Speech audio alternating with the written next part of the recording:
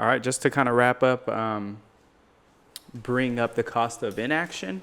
On page 77, he's just a couple of quotes, a couple bullet points.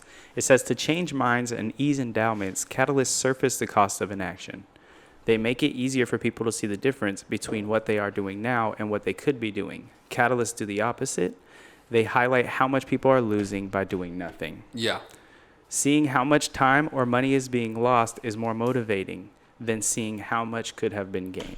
Uh-huh. And so just that, I just wanted to wrap up surfacing the cost of inaction. Okay. I think it's a really interesting point. Just like if you were, I have people in my life that are like, how are you doing this? How you doing so well? And like, that's not trying to brag or anything like that. It's like, oh yeah, like I've really gained a lot from reading these books.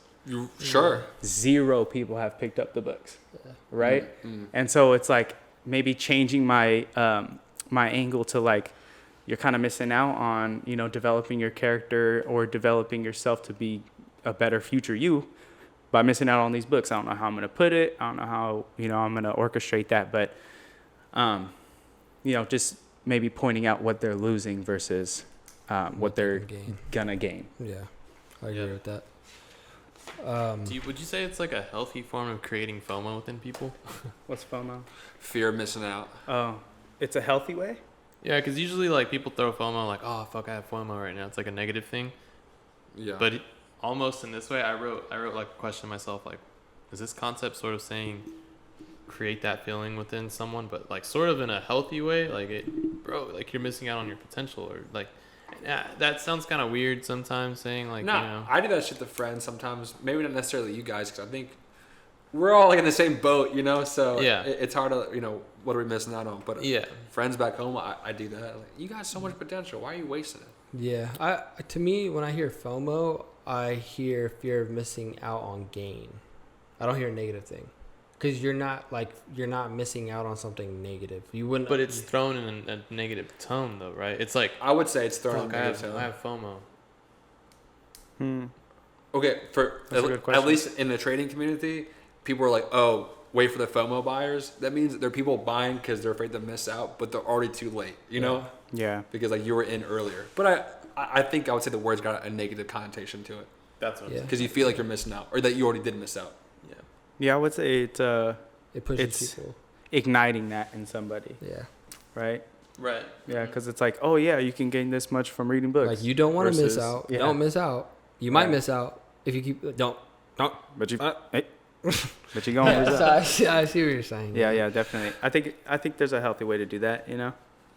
Definitely.